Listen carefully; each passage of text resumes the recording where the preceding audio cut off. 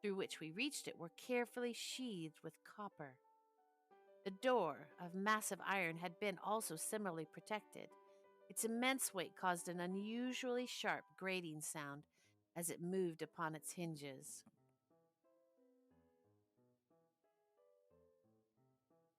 Having deposited our mournful burden upon trestles within this region of horror, we partially turned aside the yet unscrewed lid of the coffin and looked upon the face of the tenant. A striking similitude between the brother and sister now first arrested my attention, and Usher, divining perhaps my thoughts, murmured out some few words from which I learned that the deceased and himself had been twins, and that sympathies of a scarcely intelligible nature had always existed between them. Our glances, however, rested not long upon the dead, for we could not regard her unawed. The disease which had thus entombed the lady in the maturity of youth had left, as usual in all maladies of a strictly cataleptical character, the mockery of a faint blush upon the bosom and the face, and that suspiciously lingering smile upon the lips which is so terrible in death. We replaced and screwed down the lid, and having secured the door of iron, made our way with toil into the scarcely less gloomy apartments of the upper portion of the house. And now, some days of bitter grief having elapsed, an observable change came over the features of the mental disorder of my friend. His ordinary manner had vanished. His ordinary occupations were neglected or forgotten. He roamed from chamber to chamber with hurried, unequal, and objectless step. The pallor of his countenance had assumed, if possible, a more ghastly hue, but the luminousness of his eye had utterly gone out. The once occasional huskiness of his tone was heard no more, and a tremulous quaver, as if of extreme terror, habitually characterized his utterance. There were times, indeed, when I thought his unceasingly agitated mind was laboring with some oppressive secret to divulge, which he struggled for the necessary courage. At times, again, I was obliged to resolve all into the more inexplicable vagaries of madness, for I beheld him gazing upon vacancy for long hours, in an attitude of the profoundest attention, as if listening to some imaginary sound. It was no wonder that his condition terrified, that it infected me. I felt creeping upon me by slow yet certain degrees the wild influences of his own fantastic yet impressive superstitions. It was especially upon retiring to bed late in the night of the 7th or 8th day after the placing of the Lady Madeline within the donjon that I had experienced the full power of such feelings. Sleep came not near my couch. While the hours waned and waned away, I struggled to reason off the nervousness which had dominion over me. I endeavored to believe that much, if not all, of what I felt was due to the bewildering influence of the gloomy furniture of the room, of the dark and tattered draperies, which, tortured into motion by the breath of a rising tempest, swayed fitfully to and fro upon the walls and rustled uneasily about the decorations of the bed. But my efforts were fruitless. An irrepressible tremor gradually pervaded my frame, and at length there sat upon my very heart an incubus of utterly causeless alarm. Shaking this off with a gasp and a struggle, I uplifted myself upon the pillows, and peering earnestly within the intense darkness of the chamber, hearkened, I know not why, except that an instinctive spirit prompted me to certain low and indefinite sounds which came through the pauses of the storm at long intervals I knew not whence. Overpowered by an intense sentiment of horror, unaccountable yet unendurable, I threw on my clothes with haste, for I felt I should sleep no more during the night, and endeavored to arouse myself from the pitiable condition into which I had fallen by pacing rapidly to and fro through the apartment. I had taken but few turns in this manner when a light step on an adjoining staircase arrested my attention. I presently recognized it as that of Usher. In an instant afterward, he rapped with a gentle touch at my door and entered, bearing a lamp. His countenance was, as usual, cadaverously wan, but moreover there was a species of mad hilarity in his eyes, and evidently restrained hysteria in his whole demeanor. His air appalled me, but anything was preferable to the solitude which I had so long endured, and I even welcomed his presence as a relief.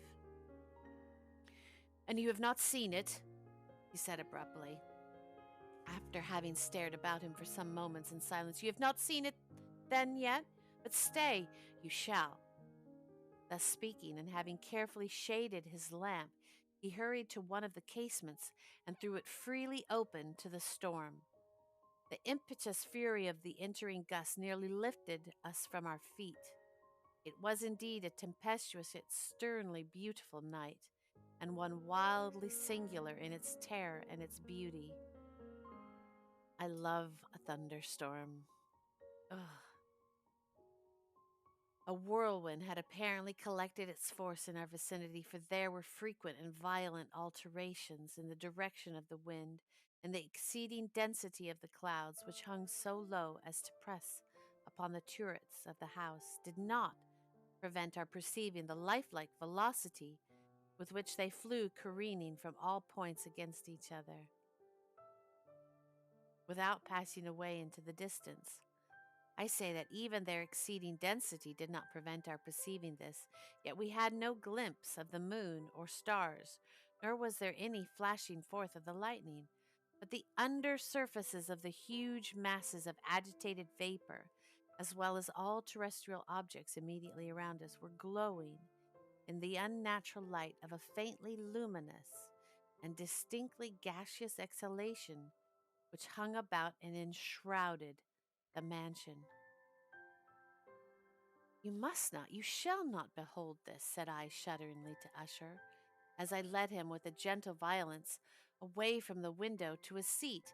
"These appearances which bewilder you are merely electrical phenomena, not uncommon, or it may be that they have their ghastly origin in the rank miasma of the tarn.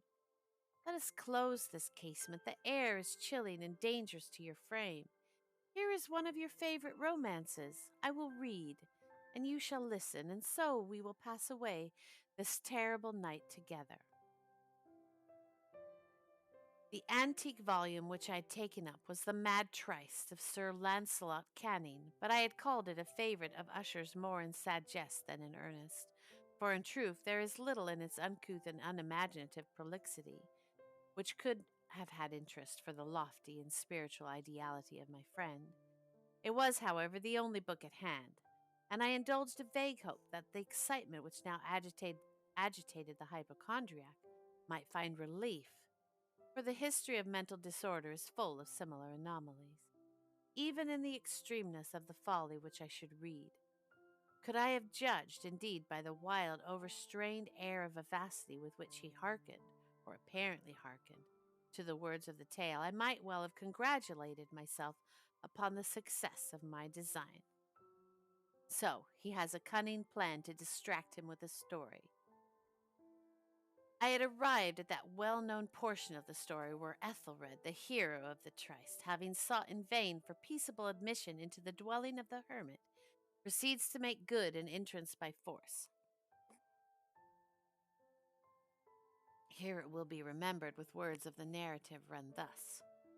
"And Ethelred, who was by nature of a doughty heart, and who was now mighty withal, on account of the powerfulness of the wine which he had drunken, waited no longer to hold parley with the hermit, who in sooth was of an obstinate and maliceful turn, but feeling the rain upon his shoulders, and fearing the rising of the tempest, uplifted his mace outright, and with blows made quickly room in the plankings of the door for his gauntleted hand, and now pulling therewith sturdily, he so cracked and ripped and tore all asunder that the noise of the dry and hollow sounding wood alarumed and reverberated throughout the forest." At the termination of this sentence I started, and for a moment paused, for it appeared to me, although I at once concluded that my excited fancy had deceived me, It appeared to me that from some very remote portion of the mansion there came indistinctly to my ears what might have been, in its exact similarity of character, an echo, but a stifled and dull one, certainly, of the very cracking and ripping sound which Sir Launcelot had so particularly described. It was beyond doubt the coincidence alone which had arrested my attention, for amid the rattling of the sashes of the casements and the ordinary commingled noises of the still increasing storm, the sound in itself had nothing, surely, which should have interested or disturbed me. I continued the story. But the good champion Ethelred, now entering within the door, was sore enraged and amazed to perceive no signal of the maliceful hermit, but in the stead thereof a dragon of a scaly and prodigious demeanor, and of a fiery tongue, which sate in guard before a palace of gold, with a floor of silver, and upon the wall there hung a shield of shining brass, with this legend enwritten: Whoso entereth herein a conqueror hath been, who slayeth the dragon, the shield he shall win. And Ethelred uplifted his mace and struck upon the head of the dragon, which fell before him and gave up his pesty breath, with a shriek so horrid and harsh, and withal so piercing, that Ethelred had feigned to close his ears with his hands against the dreadful noise of it, the like whereof was never before heard.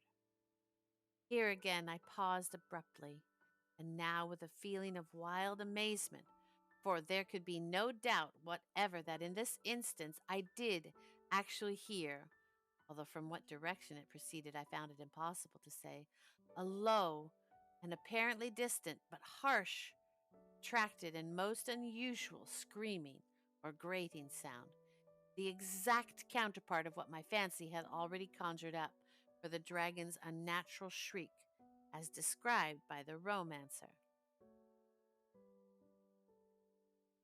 So he's hearing things. He's reading things in the story to his friend, but then actually in real life, in somewhere in the house, there's an echo or some sort of refrain that echoes what he's just read in the story. That would be a bit creepy. That would be a bit creepy. Particularly after maybe the death of someone in the house. I know, right?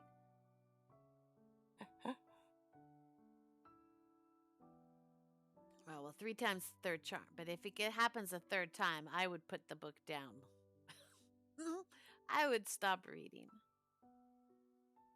Oppressed, as I certainly was, upon the occurrence of this second most extraordinary coincidence by 1,000 conflicting sensations, in which wonder and extreme terror were predominant, I still retained sufficient presence of mind to avoid exciting by any observation the sensitive nervousness of my companion. I was by no means certain that he had noticed the sounds in question, although assuredly a strange alteration had during the last few minutes taken place in his demeanor. From a position fronting my own, he had gradually brought round his chair so as to sit with his face to the door of the chamber, and thus I could but partially perceive his features, although I saw that his lips trembled as if he were murmuring inaudibly. His head had dropped down upon his breast, yet I knew that he was not asleep, from the wide and rigid opening of the eye as I caught a glance of it in profile. The motion of his body, too, was at variance with this idea, for he rocked from side to side with a gentle yet constant and uniform sway. Having rapidly taken notice of all this, I resumed the narrative of Sir Launcelot, which thus proceeded. And now the champion, having escaped from the terrible fury of the dragon, he killed the dragon quite quickly as well. Not the most exciting fight. Bethinking himself of the brazen shield and of the breaking up of the enchantment which was upon it, removed the carcass from out of the way before him, and approached valorously over the silver pavement of the castle to where the shield was upon the wall, which in sooth tarried not for his full coming, but fell down at his feet upon the silver floor with a mighty, great, and terrible ringing sound. No sooner had these